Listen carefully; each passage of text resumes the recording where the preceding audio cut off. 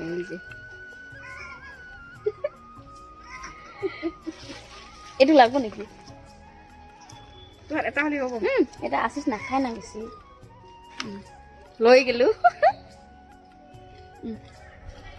ময়ে যাম। Hello guys, back to my channel আমি নমিতা। আপনার সঙ্গে ফিরো হাজির হলাম একটা নতুন ব্লগ নিয়ে। তো এটা হলো আমার খুড়িমা। তো যেটাই দেয় এটা আমার খুড়িমা, মানে এটা অসমীয়া মানুষ তো তাই আমি খুড়ি বলে ডাকি। তাই খুড়িমাকে বললাম আমার বাগান থেকে কিছু শাকসবজি নিয়ে যাও, আপনারা রান্না করবেন, আমিও রান্না করব। আমার বাগানের এই জানোয়ারটা দেখো নিজে নিজে বেলুনগুলো ফাটালো, কিন্তু বুঝছো ফাটালো, আর নিজে নিজে আবার রাগ হয়ে গেছে। দেখো ডাকি শোনে নাই, দেখো রাগেই দেখো সর্ষা ফুলগুলো দেখো এরকম লাগাইছে, একটাই আছে মাত্র, ওকে আমি যত্ন করে রাখি, থাক সুন্দর লাগবে আরও বড় হোক। এই দেখো তা একটা আছে বড় ওলকপি, এটা আমি উঠাবো।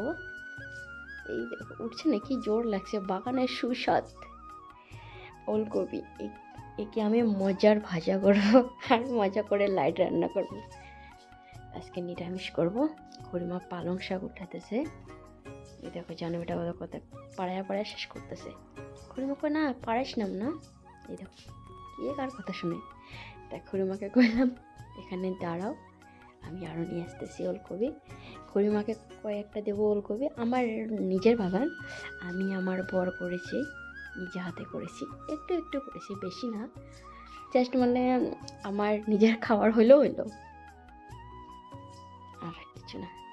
তা দুটা তিনটা উঠাইলাম, খুড়িমাকে করলাম এটা আলু দিয়া আর পেঁয়াজ কুলি দিয়ে ভাজা করবো, মজার খাওয়া হবে দুপুরবেলা গরম ভাতের সাথে। তো এখন পেঁয়াজ পাতা উঠাবো, খুড়িমাকে দেবো। তা খুড়িমা বলতে আসে যে পারবি তুই? হ্যাঁ, এই যে ভেতরে ঢুকে পড়েছি।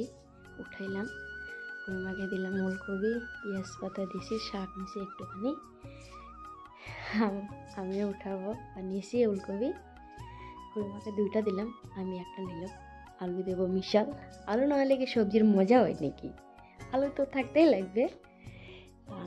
চলে আসলাম পাকঘরে, একটুখানি শুটকা মাছ ছিল, তাই এটা আমি কি করব দেখো তোমরা।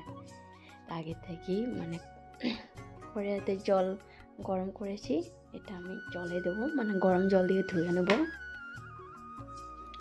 এটাকে আমি খুব ভালো করে ধুয়ে নেব, শুটকা মাছ গরম জল দিয়ে না ধুলে কি হয় নাকি। তা আমি এটা বার করে নিলাম। যাই হোক শুটকা মাছটা হয়ে গেল।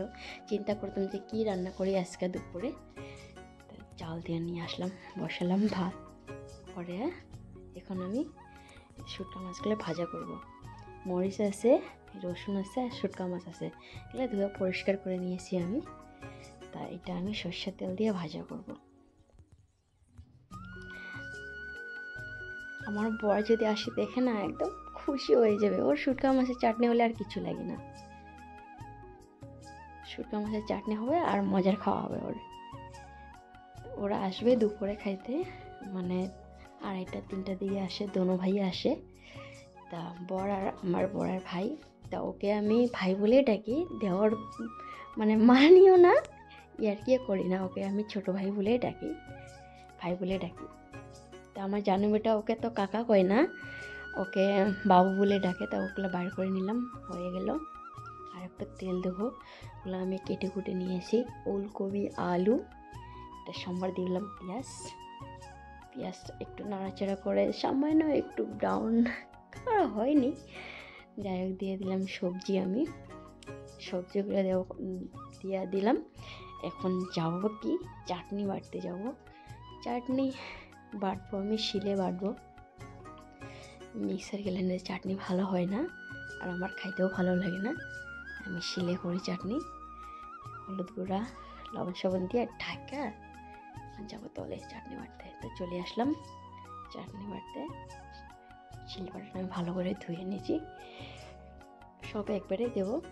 আর তাতে একটুখানি লবণ দেব, লবণ দিয়ে বাটলে তাড়াতাড়ি হয়, তা আগে দিইনি আমি, জাস্ট খালি তেল দিয়ে ভাজা করে নিয়েছি।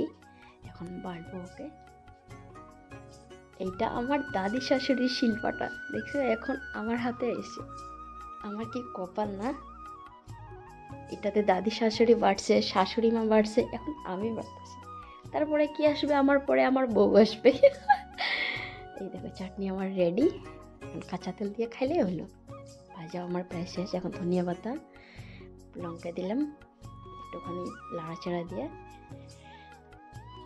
হিট হয়েছে না, যার জন্য ছাঁকি দিয়ে ধরলাম। আমি বেশি গরম সহ্য করতে পারিনি, এখন ঢাকা দেব। আমার ভাতও প্রায় হওয়ার দিকে হবে, আর তো হয়ে গেল, আমার ভাত হয়ে গেল। ডাল দিনের ছিল, রান্না করিনি, গরম করেছি। এতে আমার ভাজা, পর আসনি, আসলে একসঙ্গে খাওয়া দাওয়া করবো। খাওয়া দাওয়া করে ওরা দুজন চলে গেলে ডিউটি, আমার জানো বেটা আর আমি বাগানে। দেখো, বাই।